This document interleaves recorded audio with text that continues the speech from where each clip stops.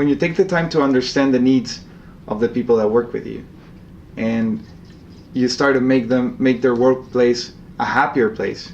Take talk. Let's talk. This is the Miten Shah Show. We've asked the same 7 questions to entrepreneurs from all over the world to figure out what makes us tick. Take talk. Let's talk. Welcome back. Today we're here with Jorge. Jorge, thank you very much for being here. If you can tell us a little bit about yourself and how would you explain what your company does to a 7-year-old child? Okay, to a 7-year-old child, I would say we help people feel good, and we make them healthier. Awesome. Yeah.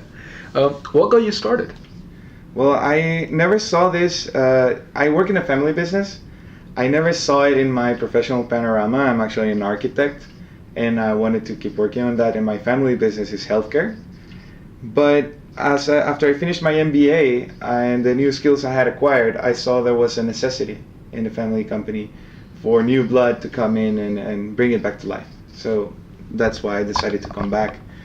I was living in the Netherlands, so I decided to return to El Salvador and dedicate my life to the family company. Awesome. What keeps you up at night, and what makes you jump out of bed in the morning? Well, I would say an angel and a demon. Okay.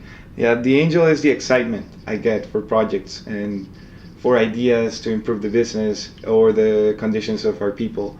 And the demon, I would say, is the financial risks you incur, the responsibility, the burden of responsibility that you have upon your shoulders when you manage a family company. You know your family depends on you, and you know all of your employees depend on you.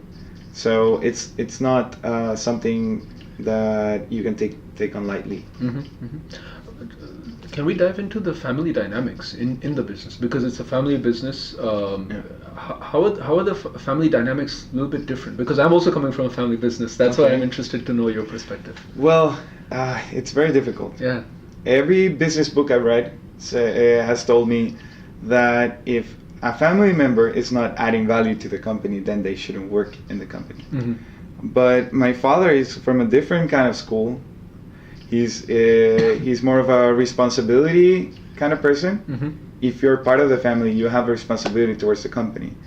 But if you're not putting in the passion, then why should you be in there? So yes, I've had to deal with some hard situations regarding one of my sisters that she has worked for the company for a long time, and it has been difficult.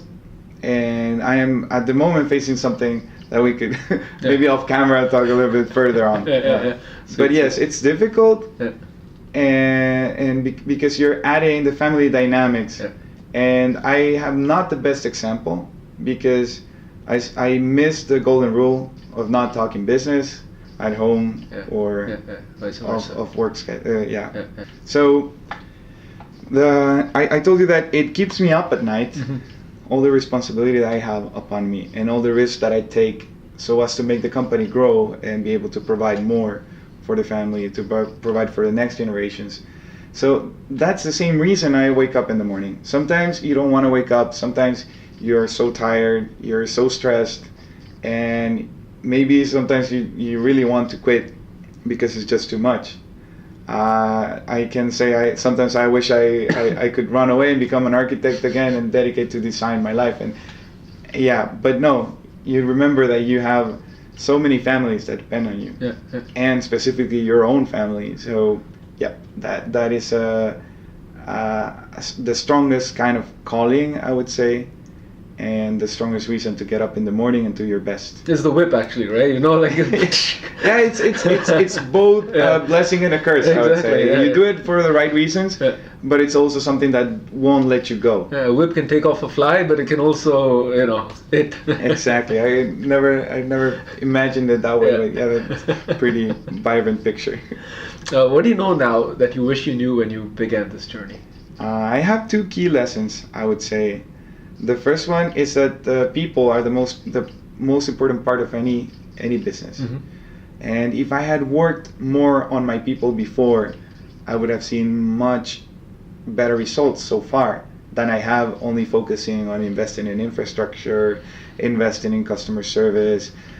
it's really a very, very big gap with what you can achieve if you actually improve the conditions to your own people within the company and work on their motivation. Okay. Yeah, that's the first one. And the second one is that you don't jump into a project without proper planning. What are some of the mistakes you've made that others can learn from? Well, the first mistake I'm not the first one, but maybe the strongest one I've ever made is that I thought you could discard people as pawns on a chessboard, and that I've been unfortunate to let people go that required better leadership, and I don't think somebody can be unfit for a job. It's mostly you haven't been able to lead them properly. Yeah.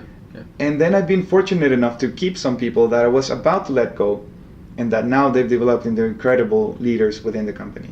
So they are maybe one of the things I'm most proud about in my journey as an entrepreneur, being able to see them develop alongside me. Right. So the mistake is letting people go. Yeah, for the wrong reasons. discarding people before really digging deeper into what's going on. And I would bet in most of the cases it's a bad leadership more than an unfit employee. Yeah. That's and the other mistake I would say is wasting money.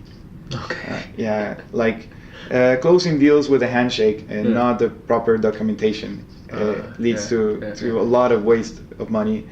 Not doing proper budgeting, and that's money, time, and energy, because then you have to rectify. Yeah, and provisioning also for paying dividends and getting money out of the cash flow, because once if it stays there, it's always going to be in the cycle, and it's also a lot of energy that you spend on it. And in wasting money, I have so many subcategories that I can go into to explain why that's one of my biggest mistakes. Looking back now, what are some of the points that you were most proud and happy about or most satisfied with? What I mentioned before about my employees, the people in my team that I've seen grow, I've seen develop. I think they're the reason I'm most proud of what I've achieved as a leader. Working close with them and seeing them develop, coaching them to go to greater heights, and not letting them go too fast, because I've also seen what happens. If you push somebody too fast and you give them too much responsibility, then they're probably going to fail and get frustrated. So balancing that and seeing them flourish, that has been one of my greatest prides. And also, after being involved in risky investments and putting so much energy into them and seeing them work out, that's a great relief. And and you can finally breathe. It makes me feel proud that my vision was fulfilled, and that luckily I wasn't wrong this time. But that's why I mentioned the part about being well prepared. That it's a mistake I don't want to make again. That's deep. The Tim Ferriss question: if you had a billboard and you could put on any message you want, what would that message be? Well, I have a very nice phrase for that, and I wrote it earlier, so I'm gonna need to look at this. Sure. It's treat everyone with dignity, learn to listen, and never assume to be right. And treat everyone with dignity, learn to listen, and never assume to be right. Yes, because I'm a very determined person, and I push my will. I want to achieve what I set out for. So I would say I'm a greedy person. Greedy with a T, not even double E. But I've always assumed I can be wrong. So that has helped me to learn a lot. And I never fail to listen to everyone that works with me, from the most operational type of job to the highest managerial responsibility. They all have some wisdom that you have to interpret as a leader. How has EO made a difference in your personal, family, business, and community life? I would say I never I wanted to be a member of EO ever since I was like 18 years old. But I never ever thought it would have an influence in my personal life. And now that I've been a member for almost 3 years, I've seen most of the impact in my personal life rather than in my business life. Personally, it has helped me endure some of the toughest times of my life, business-wise or work-wise.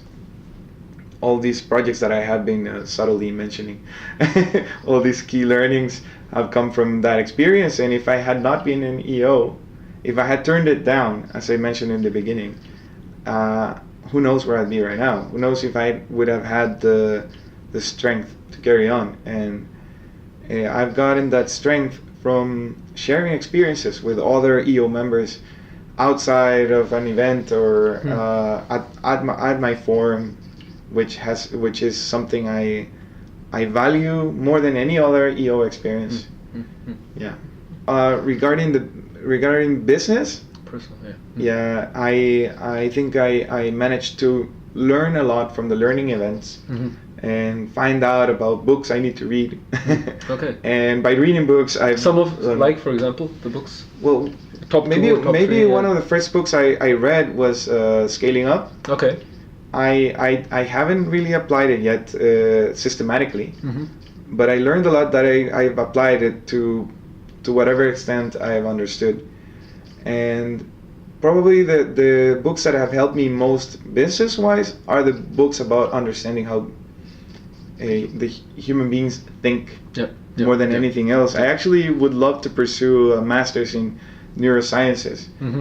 Because NLP sort of stuff, I love understanding how people think, because sometimes you're just closed off to your own thoughts, and you have this great barrier that separates you from understanding how others behave and why they behave in such a way. So, yeah, I would say Yuval Harari's *Sapiens*, *Homo Deus*, Robert Greene's Laws of Human Nature, and the 48 Laws of Power. Also, 12 Rules for Life by is it? I don't know the name, but sweet. Well, thank you very much. Thank you for inviting me. Pleasure to meet you.